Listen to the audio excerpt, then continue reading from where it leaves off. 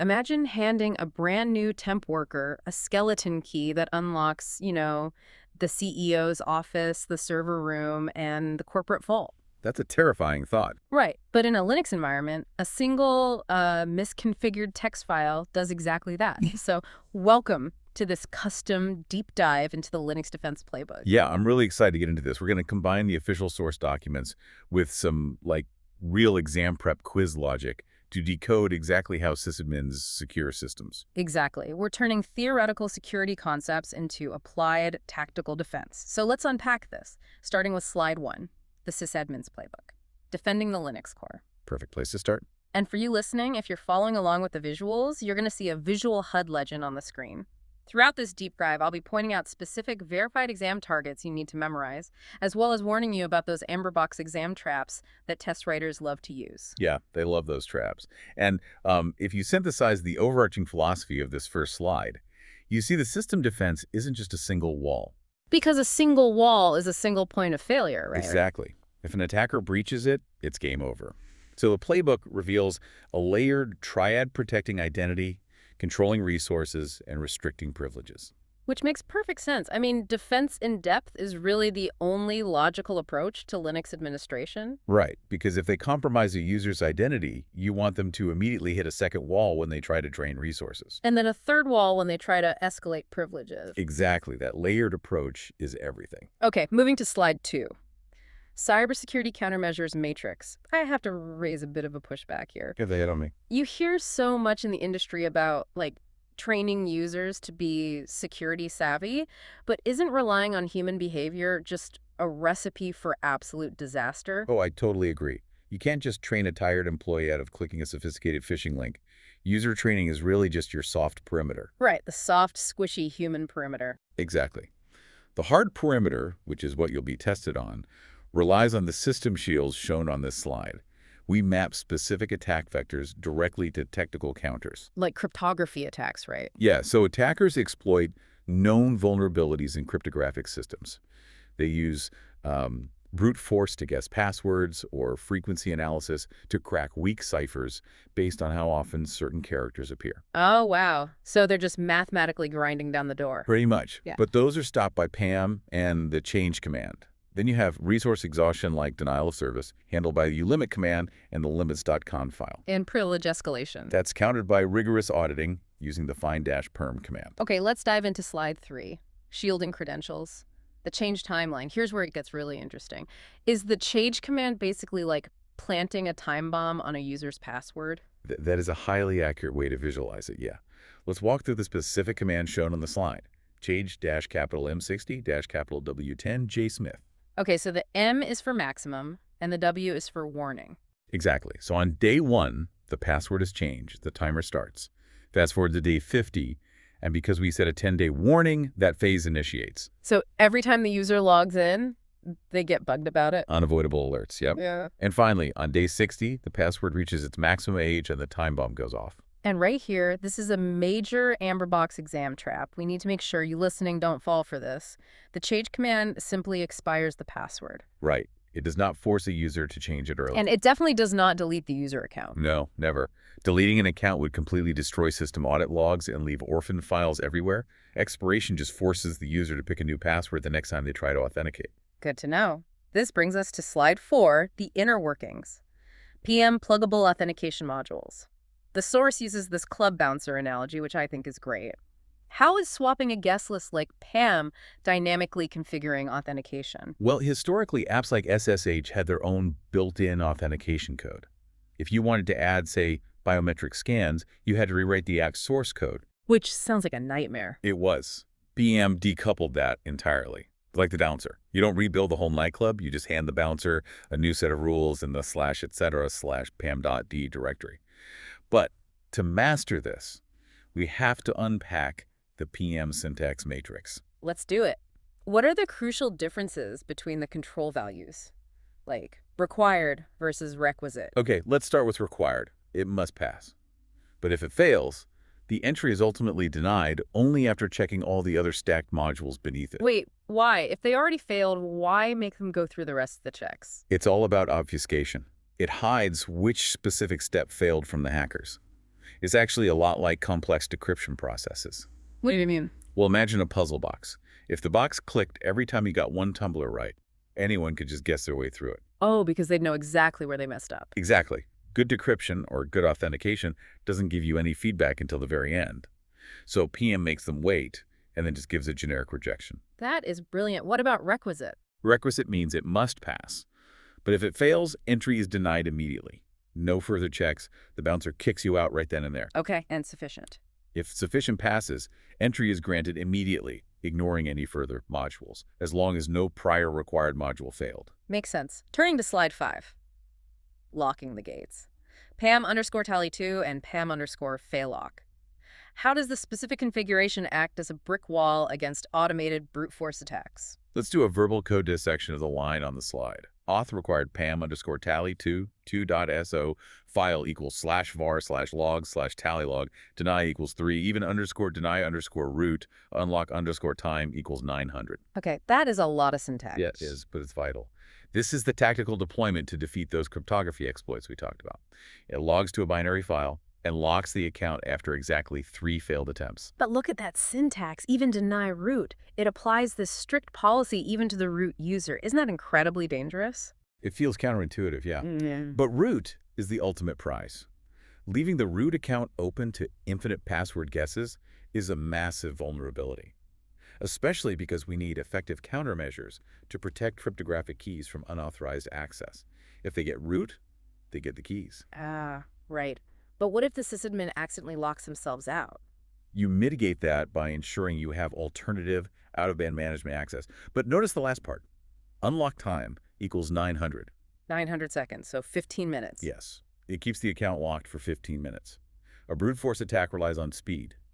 If a script can only guess 3 times every 15 minutes, an attack that would take 2 hours will now take 2 centuries. Math to the rescue. Next up is slide 6, vector entry points. Kaledi versus Kepti. Clarify the difference for us between someone sitting at the physical machine versus hacking in from across the globe. It comes down to how the OS identifies the terminal. A virtual terminal, or ADDI-like/dev/ERD5, represents the physical system console. You are physically touching the server. Bypassing the building's physical security. Exactly. A pseudo-terminal, or EVID, is a bidirectional channel used for remote network logins like SSH. You could be in a coffee shop anywhere. Modifying the /etc/security file determines where root is allowed to log in. Let me highlight a distractor alert from the slide here. Do not fall for fake steady answers on a quiz. Yes, this is a classic trap. They'll throw in /dev/null. That is just a trash can for unwanted output. It's not a terminal. Or they'll use /dev/lp0, which is for parallel ports, printers. Don't mix those up with active terminal pathways. Definitely. Let's shift gears to slide 7, vector 2, resource exhaustion and the governor.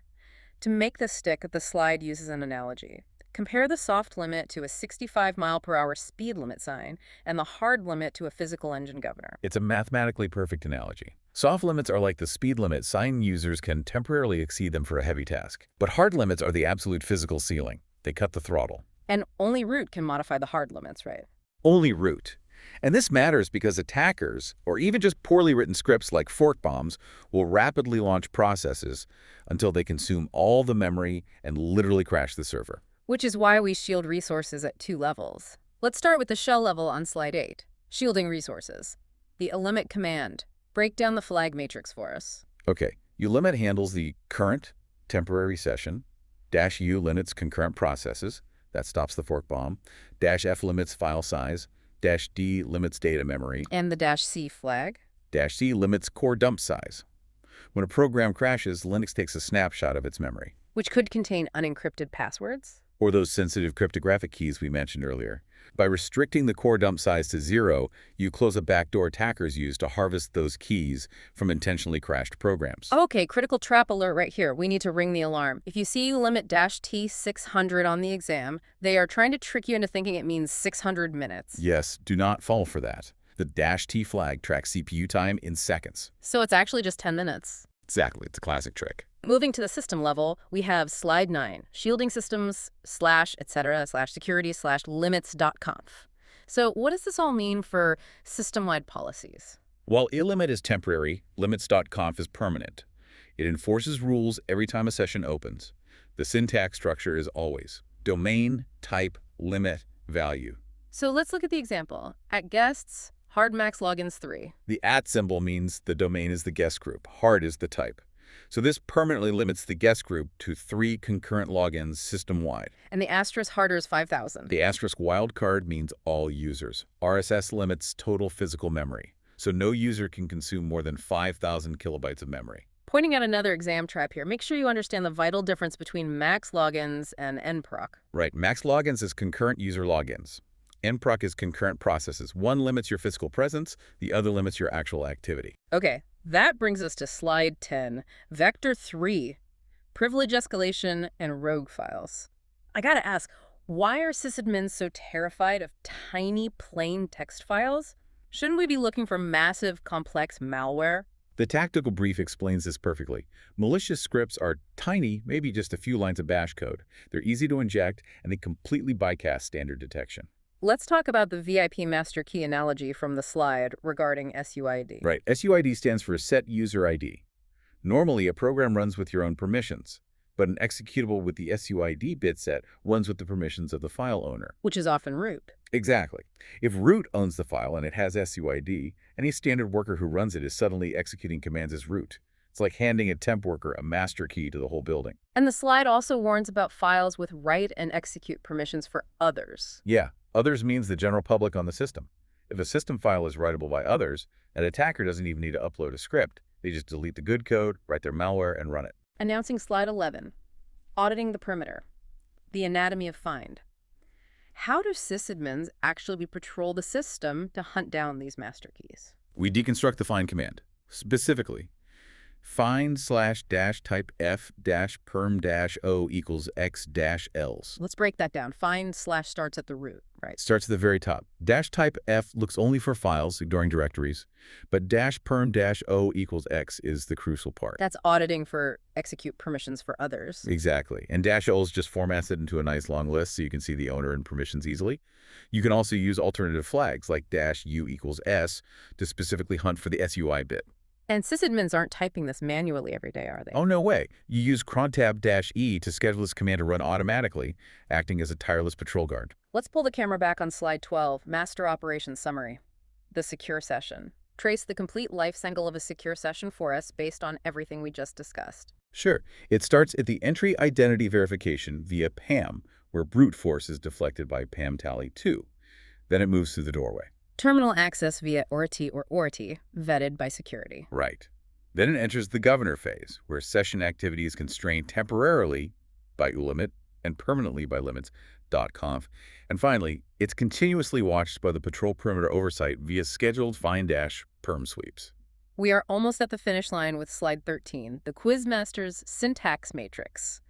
Resource control. This is a quick comparison card for your memory. Yeah, you just want to briefly contrast ulimit, which is temporary, shell-based, and uses flags like -t, -u, -f with limits.conf. Which is permanent, system-based, and uses configuration keywords. Exactly. Keywords like gicu, max logins, nproc, and arrears. If you know the difference between the flags and the keywords, you can easily construct those 2 to 3 sentence answers to demonstrate higher-level synthesis. Finally, we hit slide 14, the Quizmaster's trap board. Recap the 3 psychological traps test writers use. Trap 1 is the time dilation trap. Ulimit-2 600 is seconds, not minutes. Trap 2 is the terminal identity crisis. Right. Look for explicit devices like /dev/shitty5, not garbage channels like devnull. Exactly. And trap 3 is the SUI disdirection. The highest risk isn't large graphical files or weak file passwords. It's small executable scripts owned by root with the SUID bit set. Thank you so much for decoding the playbook with us. Oh, it was my pleasure. For you listening, you now have both the configuration knowledge and the exam logic to conquer this topic. But before we go, I want to leave you with a final, slightly provocative thought to mull over. Oh, what is it?